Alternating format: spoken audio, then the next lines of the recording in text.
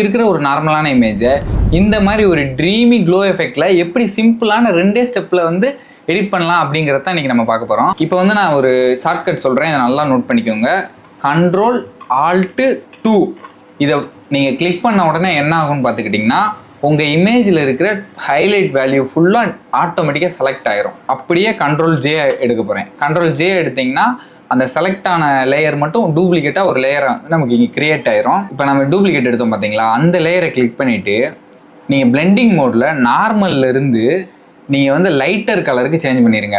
ரெண்டாவது என்ன ஸ்டெப் பண்ண போகிறோம்னா ஃபில்டருக்குள்ளே போயிட்டு நம்ம பிளருக்குள்ளே போயிட்டு காசியன் பிளரை வந்து இப்போ நம்ம ஆட் பண்ண போகிறோம். ஸோ நம்ம வந்து இப்போ இதோட ரேடியஸ் கம்மியாக வச்சுருக்கிறப்ப வந்து உங்களுக்கு அதோட வேல்யூ தெரியாது. நீங்கள் இதோட ரேடியஸ் எவ்வளோக்கு அதாவது உங்களோட இமேஜுக்கு ஒரு வேல்யூ இருக்கும். நீங்கள் அப்படியே இன்க்ரீஸ் பண்ணி பாருங்க, அப்போ வந்து உங்களுக்கு ஒரு ட்ரீமி க்ளோ எஃபெக்ட் கிடைக்கும். இப்போ பார்த்தீங்கன்னா this is before and this is after. இது வந்து உங்களுக்கு வந்து ஒரு ட்ரீமி க்ளோ எஃபெக்ட் வந்து இப்போ கிடச்சிருச்சு.